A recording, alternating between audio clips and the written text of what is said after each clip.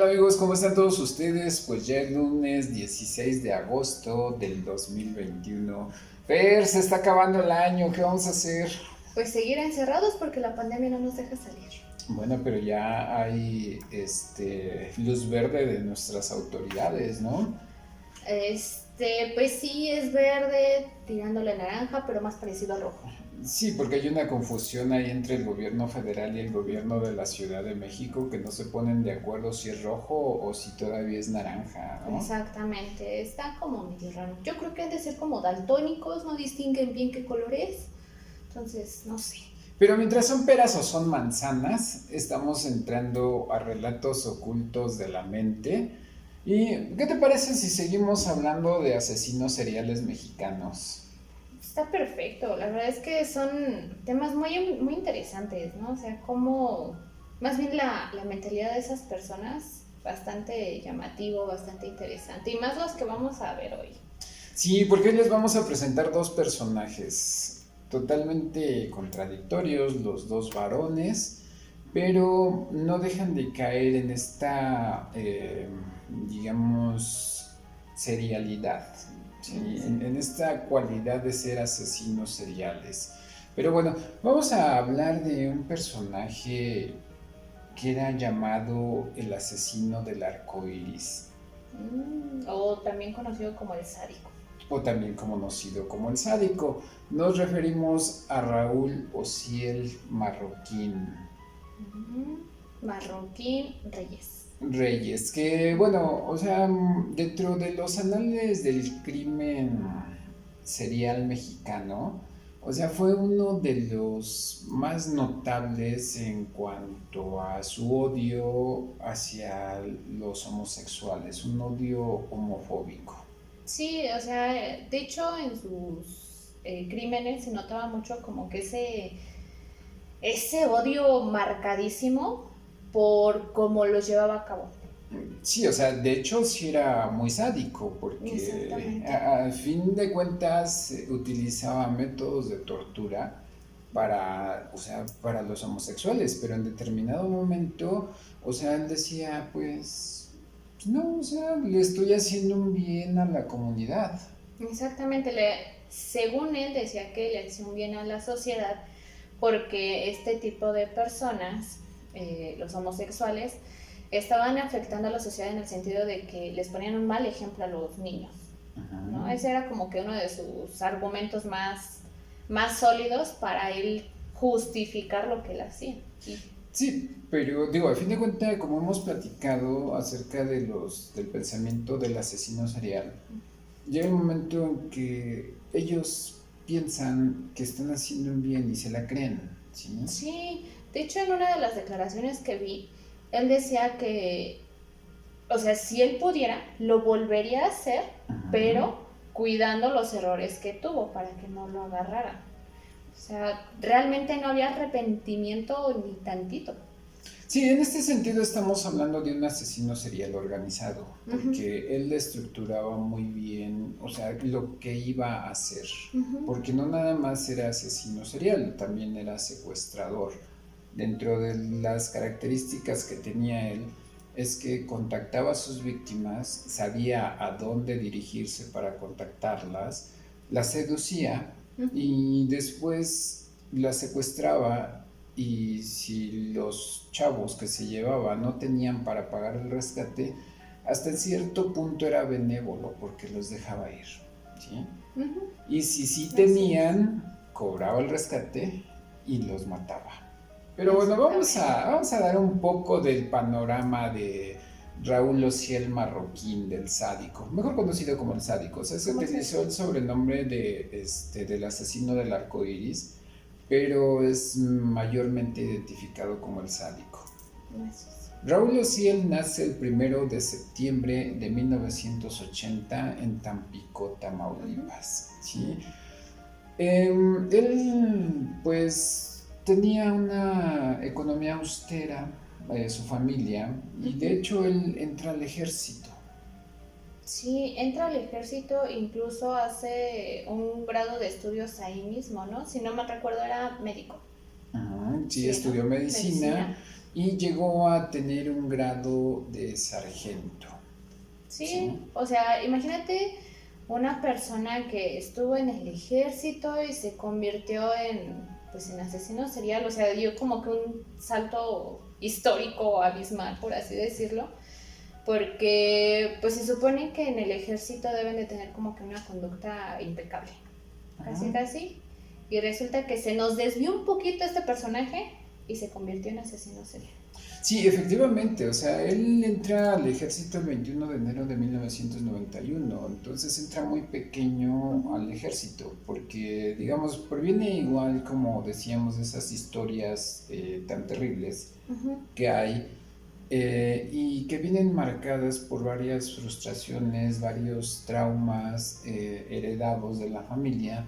Y él decide salirse de su casa e ingresar al ejército Uh-huh. prácticamente a los 11, 12 años de edad. Muy chiquito. Entonces muy pequeño. Pero él, a fin de cuentas, pues se sale del ejército, deserta y se viene a radicar aquí en la Ciudad de México. Entonces, Uh-huh. aquí es donde realmente empieza su carrera delictiva, ¿sí? Aquí él es capturado el 23 de enero del 2006. Uh-huh. Uh-huh. Pero bueno, dentro de su trayectoria criminal también fue muy corta, ¿sí? Pero bueno, ese odio hacia la homofobia Uh-huh. también tiene que ver con ese instinto reprimido de homosexualidad, ¿sí? Uh-huh. Aunque él se declaraba que no era homosexual, pero toda esa situación de la represión sexual, de esa represión en contra de su homosexualidad, es la que hace que él empiece a generar un odio hacia los homosexuales Uh-huh. y que desarrolle esta parte del asesinato, del Sí, homicidio. sí, de hecho, creo que dentro, mientras estaba todavía con esta situación de la milicia, tuvo problemas dentro de la milicia. También fue castigado, creo que por robo, con violencia, me parece, y estuvo, si no mal recuerdo, estuvo un ligero tiempo dentro de prisión, pero cuando estaba todavía dentro de lo que es la milicia. Ya después salió y pasó lo que me comentabas ahorita. Pero realmente se hace como muy interesante, ¿no? De cómo él mismo tal vez no alcanzaba a dislucidar lo que, o sea, esa homofobia que tal vez tenía muy, muy dentro de él y que hacía que, pues ahora sí que odiara a los homosexuales. Tal vez por el hecho de que él no podía sacar esa parte de él y, pues no sé, me imagino que eso lo veía reflejado algo malo en la sociedad. Sí, lo que pasa es que también es esa parte interna de la confrontación, o sea, Exactamente. la homosexualidad sigue un proceso en el cual son situaciones de conflicto desde uno mismo, cuando, o sea, sabiendo que eres hombre, o sea, tienes que enfrentar esa parte de la homosexualidad. ¿Por qué? Uh-huh. Porque estás dentro de una sociedad. Entonces, una sociedad que para ese tiempo pues todavía no había las leyes de convivencia como las conocemos en este momento, Exacto. que aunque bueno, la homosexualidad en la Ciudad de México siempre ha estado presente, pero era más reprimida socialmente todavía, ¿no? Sí. Porque las leyes de convivencia lo que hicieron fue abrir esa parte, ese panorama hacia la comunidad lésbico, gay, bueno, LGTBI más, para, o sea, sacarlo Uh-huh. y hacerlo más, digamos, más visto, ¿no? Y más aceptado también por la sociedad, pero nosotros estamos hablando del 2006, anterior al 2006, cuando las leyes de convivencia todavía no funcionaban en la Ciudad de México, ¿no? Sí, y más yo creo que sobre todo por, ahora sí que la educación que él recibió dentro de la milicia, ya ves que de por sí, o sea, la homosexualidad no era bien vista en aquel momento, y dentro de la milicia yo creo que era peor la situación, ¿no? O sea, al tener como que un cierto criterio, un régimen sobre el que ellos, pues vaya, ellos se desenvuelven, yo creo que eso mismo hizo que él solito se cerrara a esa situación. Y yo creo que por eso lo veía pues mal. O sea, tampoco como que se justifica lo que hizo, Pero si tratamos de entender más o menos qué es lo que pasaba en aquellos años, pues nos damos también un panorama de que, pues, la posible batalla interna que él tenía, ¿no? Sí, y la forma de sacar es matar todo aquello que te hace daño. Exactamente. Entonces vamos a esta parte del modus operandi, porque también es interesante. Nuestros amigos que conocen la Ciudad de México, pues ubicarán perfectamente la zona rosa, ¿no? Entonces, ahí hay bares de todo tipo, o sea, cafés, bares cantantes. Hay bares en donde son puros homosexuales los que llegan ahí. Y precisamente a esos bares llegaba el sádico para contactar a sus víctimas. Entonces ahí la seducía y él vivía cerca, en la colonia Asturias, que está cerca de la zona rosa. Entonces él los trasladaba para allá. Aquí la situación es que Raúl Ociel no trabajaba solo, ¿sí? Había otro personaje llamado Juan Enrique Madrid, ¿sí? Entonces, aquí la situación es que el modus operandi era que Raúl Ociel contactaba a sus víctimas, las seducía y se las llevaba al departamento, a la colonia Asturias. Y entonces Juan Enrique Madrid era su cómplice porque entre ellos hacían los secuestros, ¿sí? Sí, de hecho pedían la recompensa y eran recompensas pues relativamente elevadas que se le pedían a los familiares. Tengo entendido que eran alrededor de 15,000, 20,000 pesos o incluso hasta más llegaban a pedir y pues realmente el tiempo que les daban pues era muy corto. Tengo entendido que los mantenía en cautiverio alrededor de entre 6 y 9 días más o menos y si no pues cuello. Sí, los eliminaba, ¿no? De todos modos decíamos, bueno, aunque pagaran el rescate los eliminaba, ¿no? Y de hecho se hizo muy famoso porque los cuerpos los enmaletaba y los iba a tirar a las calles, ¿no? De hecho, el primer cuerpo que encuentran, lo encuentran a las afueras del metro Chabacano. Y otros cuerpos los encuentran ahí en la misma colonia Asturias, que es cuando empiezan realmente a hacerle la investigación y es cuando dan con Raúl Ociel. Pero su cómplice Juan Enrique Madrid desaparece y hasta este momento no han podido capturarlo. Decíamos, entre octubre y diciembre de 2005, o sea, él cometió sus actos delictivos, ¿sí? Él fue capturado en el 2006, ¿sí? Pero en el 2010 le dan una condena. Y vaya que condena. 280 años de prisión nada más. Nada más, poquito, cualquier cosita, imagínate. O sea, es lo que comentábamos en programas anteriores, ¿no? O sea, pueden decir, por ejemplo, el público que es más fácil decirle, pues, cadena perpetua, ¿no? Pero debido a esta cuestión de derechos humanos, pues nada más tiene que haber se tiene que, poner una penalidad por cada homicidio. En teoría, la penalidad no puede ser mayor a 50 años, más o menos, pero si eso lo contamos por cada homicidio, o sea, suma 50, 50, 50, entonces se hace esta cantidad de años básicamente. Sí, imagínate, 280, 50, estamos hablando de prácticamente 6 homicidios para que redondeado a 300, ¿no? 280 años.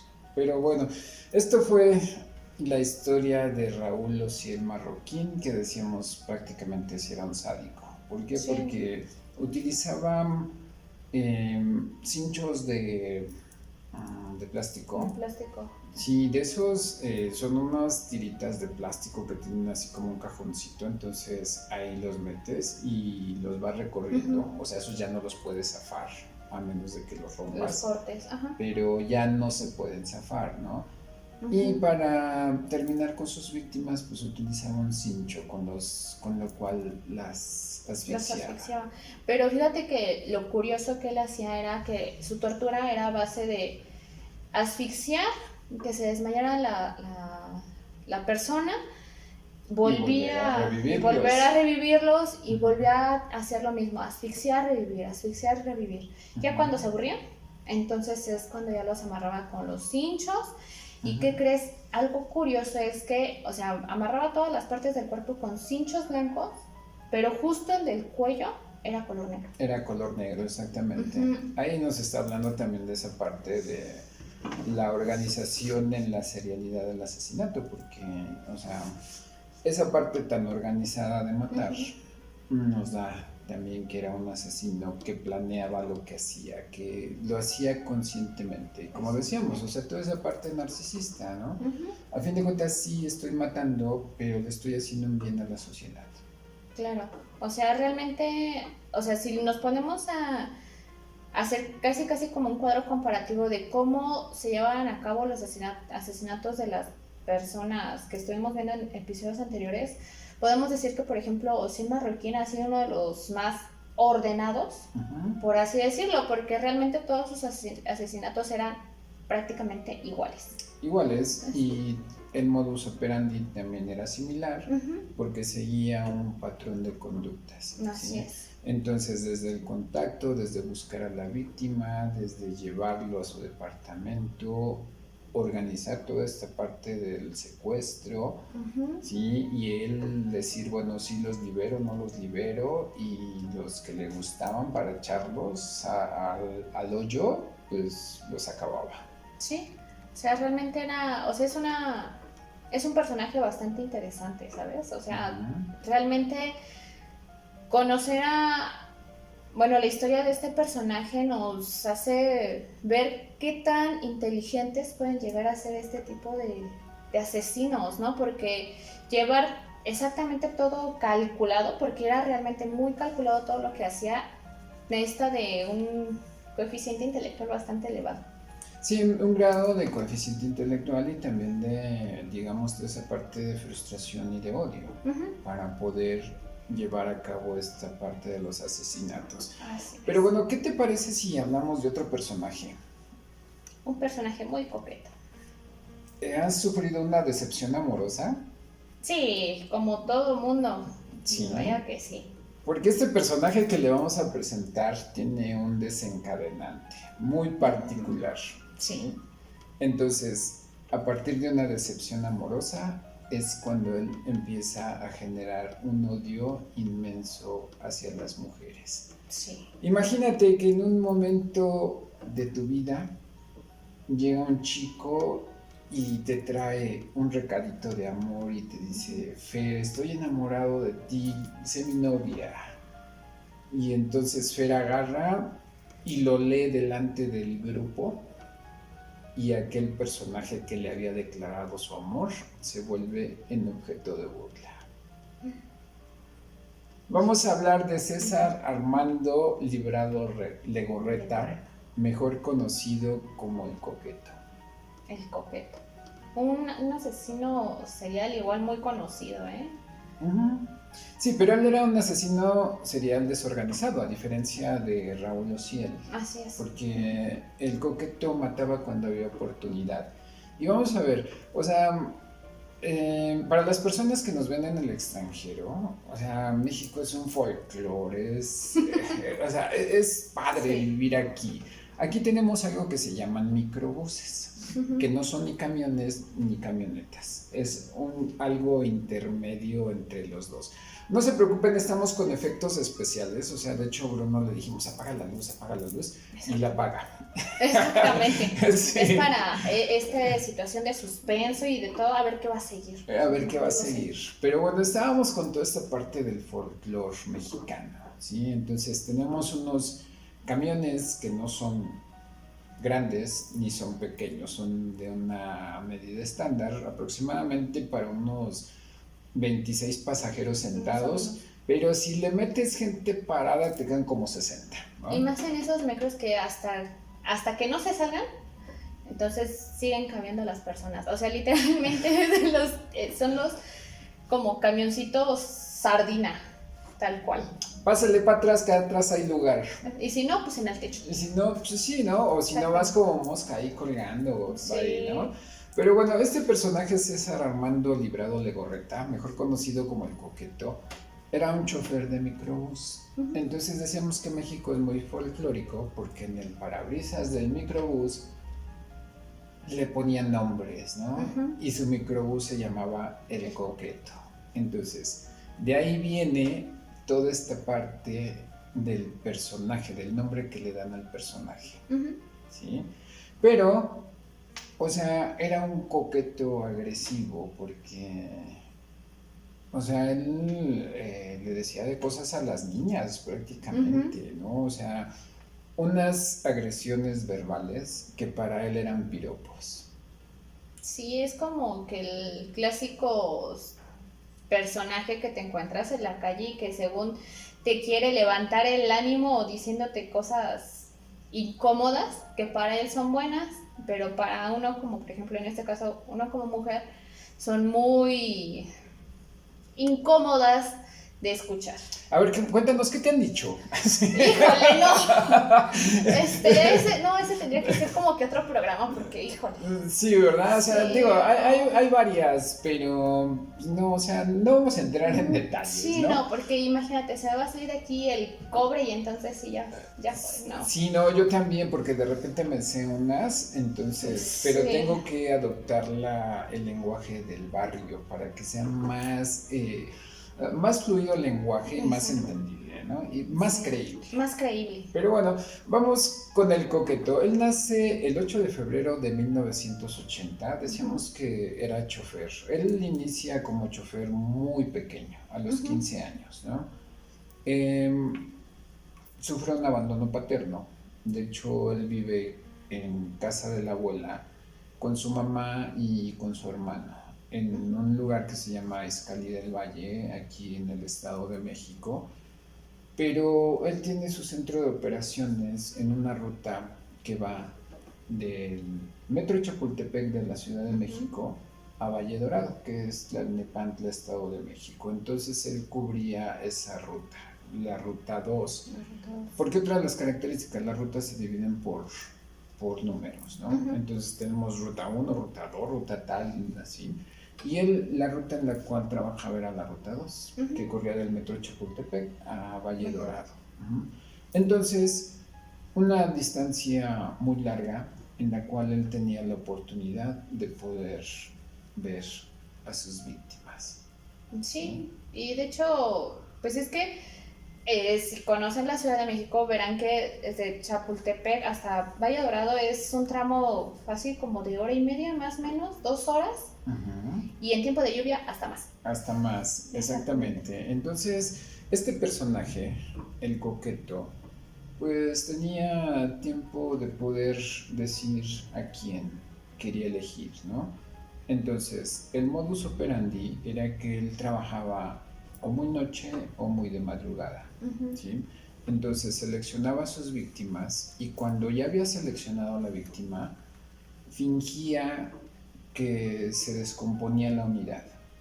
Entonces bajaba todo el pasaje y a la que había elegido le decía, pues acompáñame, ¿no? Y pues espérame, ahorita ya reparo la unidad y te llevo hasta donde tú vayas, ¿no?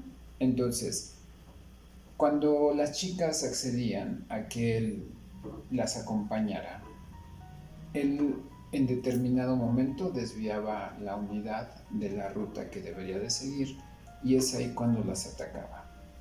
Acusado de violación, de asesinato. Entonces a él se le comprueban 6 víctimas, aunque hay indicios de que pudieran ser más, pero comprobadas solamente 6. De hecho, la primera de sus víctimas es la pieza clave. Es la pieza clave. Exactamente. ¿Por qué? Porque esto sucede el 21 de junio del 2010. ¿Sí? Después de todo este modus operandi, o sea, igual él piensa que la chica está muerta y la tira. Pero la sorpresa es que la chica sobrevive. Exactamente. De hecho, él pensó que había muerto. Y lo siguió pensando porque la chica no había dado parte a las autoridades en su momento. O sea, fue agredida sexualmente y pues tengo entendido que las ahorcaba para después ya deshacerse de los cuerpos. Entonces esta chica permanece en silencio pues un cierto tiempo y ya hasta después de que se cometen los demás homicidios que se conocen, es cuando la chica empieza a hablar. Pero fíjate que hay también otra situación de que pues este personaje, pues no sé qué es lo que le pasaba por la cabeza, pero las pertenencias de todas las personas que agredía a él se las daba a su esposa. Sí, que de hecho, porque, bueno, vamos a hablar también de esta parte, o sea, el coqueto tenía esposa. De hecho, él a los 15 años inicia su trabajo como chofer y a los 20 años él se casa. Entonces, su esposa América tiene 2 hijos con él, ¿sí? Entonces, él vive en Tultitlán y, bueno, o sea, el recorrido que hacía era digamos, de Tultitlán hacia la base y todos sus recorridos, pero siempre tenía trofeos de sus víctimas, entonces celulares, prendas de vestir, perfumes, joyas y demás, todo se lo llevaba a su esposa. Exacto. Y también cuando empiezan a hacer toda esta parte de la investigación, pues a su esposa tenía las cosas todavía que le había regalado el coqueto. Sí, o sea, es impresionante su grado como que de cinismo en ese sentido porque, o sea, no contento con abusar de ellas, matarlas, tirar el cuerpo, pues todavía las despojaba de todas sus pertenencias y se las daba de regalo a su esposa. Pero ¿qué es lo que pasó? Con una de sus víctimas, le dio el celular a su esposa y resulta que en su celular había fotos de la víctima. Entonces esta persona, la víctima, sale en reportajes en noticias televisivas y la chica se da cuenta de que pues era la víctima. Entonces ella es la que decide dar parte a las autoridades y es así como lo capturan. Sí, porque bueno, estamos hablando de un asesino serial desorganizado, pero a fin de cuentas las pistas que había no habían dado todavía los indicios para saber quién era, porque la primera víctima obviamente al sobrevivir se acuerda de dónde tomó la unidad y demás, ¿no? Pero no da más pistas, ¿no? O sea, realmente no reconoce al agresor, no reconoce la unidad. Y por eso las autoridades estuvieron dando tumbos durante mucho tiempo, hasta que efectivamente la esposa del coqueto es cuando descubre que a fin de cuentas el celular que le regala a su esposo está relacionado con un homicidio, ¿no? Y de aquí sucede algo muy chistoso, porque al coqueto lo detienen y lo sentencian en diciembre del 2012. Y se lo llevan a la Subprocuraduría de Justicia de Barrientos, aquí cerca de donde grabamos en el Estado de México. Exactamente. Y se lo llevan esposado y todo perfectamente custodiado, pero el coqueto se escapa. Y justamente el mismo día que lo agarran, ese mismo día se escapa. Y ustedes dirán, ¿cómo por qué se escapa? Lo que pasa es que como pues fue el lapso muy cortito en ese tiempo y en aquel momento todavía no se tenía como muy establecida como que la figura del arraigo. Entonces, al no existir esta figura del arraigo, pues los policías no le podían hacer nada. Entonces, después de una larga jornada, los policías quedan dormidos y es cuando este personaje encuentra la forma de poder escapar por una ventanita que estaba ahí. Pero aparte era muy delgado, porque si logró zafar las esposas así, muy, o sea, bien. O sea, de hecho, las esposas le quedaban bailando porque se las pudo quitar perfectamente bien. Pero dentro de su mismo desorden, o sea, él amarra unos cables de computadora y porque, bueno, si era una altura grande de la ventana donde él se brinca, estamos hablando de aproximadamente 3 pisos, entonces él más o menos piensa y dice, bueno, pues los cables me van a aguantar, entonces hace una guía de cables de computadora, pero se le revienta, y entonces él cae al piso. sufre muchas lesiones. Una de ellas la tuvo en la columna y de hecho, o sea, se tuvo que arrastrar para pedir ayuda. No sé cómo habrá contactado a su familia. El punto es de que la familia va, lo rescata y lo mantienen sí, que de hecho fue una forma de escape así muy sui generis, porque él le pide un aventón a un carro que va pasando, ¿sí? Entonces, pues el chofer de este carro, al ver que está muy dañado, pues decide apoyarlo y se lo llevan a Tultitlán, pero como su esposa ya no lo podía tener ahí, entonces inicia un peregrinar. Estuvo de un lado a otro, o sea, en la casa de su esposa, en la casa del hermano, en la casa del papá, en la casa de la abuela, hasta que lo detienen nuevamente, ¿sí? De hecho, lo detienen, pero como no se le atendieron las heridas que tuvo al momento de caer, pues lo detienen en una de las casas de su familia y lo detienen todo vendado. Y es como lo arrestan, todo lesionado. De hecho, se decía que ya no iba a poder caminar y que quedaba en silla de ruedas, tal cual. De hecho, me parece que tuvo una operación, aún estando en prisión, se le hizo la operación, pero ya no quedó bien de la columna. No, que de hecho es uno de los presos que está pues inválido en el Sí. reclusorio, ¿no? Pero bueno, esta es otra de las historias de este México de asesinos seriales. De este México lindo y querido. Sí, pero próximamente les estaremos trayendo otros casos, porque decíamos, los asesinos seriales en México son muchos.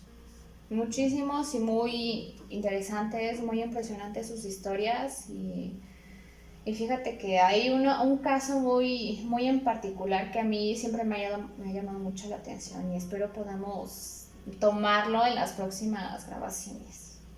Estamos hablando de Las Poquianchis. Las Poquianchis, las hermanas Valenzuela. Así es. Pues sí, próximamente estaremos hablando también de este caso muy sonado, porque fue impresionante. Pero bueno, impresionante. Por el día de hoy nada más nos resta dar agradecimientos a Bruno García, que fue el técnico en iluminación el día de hoy. Entonces, para darle suspenso, ahí estaba aventando los efectos. A Ivette Bautista, Fer, muchas gracias. No, gracias a ti por seguirme invitando aquí al canal y pues compartiendo todos estos temas. Pero antes de irnos, hay que dar una primicia. A ver. ¿Usted quiere conocer a Bruno? Porque muy pronto lo van a conocer. Este personaje del que siempre estamos hablando y que es nuestro técnico de iluminación. Yo creo que ya va siendo momento de que empiece a dar la cara, ¿no? Efectivamente. Cápsulas, ¿cómo es? Las cápsulas curiosas. No, los datos curiosos. Datos curiosos con Bruno. Datos curiosos con Bruno. No se lo pierdan próximamente en TikTok porque lo van a conocer. Pero bueno. Muy bueno. Fer, un gusto tenerte nuevamente en Relatos Ocultos. El gusto es mío completamente, estar compartiendo contigo este espacio que poco a poco está creciendo y amigos, por favor, si les gustan este tipo de videos, déjanos un comentario, no olviden suscribirse, darle like, compartir con sus amigos y pues... síganos en Facebook, en Instagram, en TikTok, en YouTube todos los lunes a partir de las 7 de la noche. Yo soy tu amigo José Manuel Quintanar. Nos vemos la próxima semana. Adiós.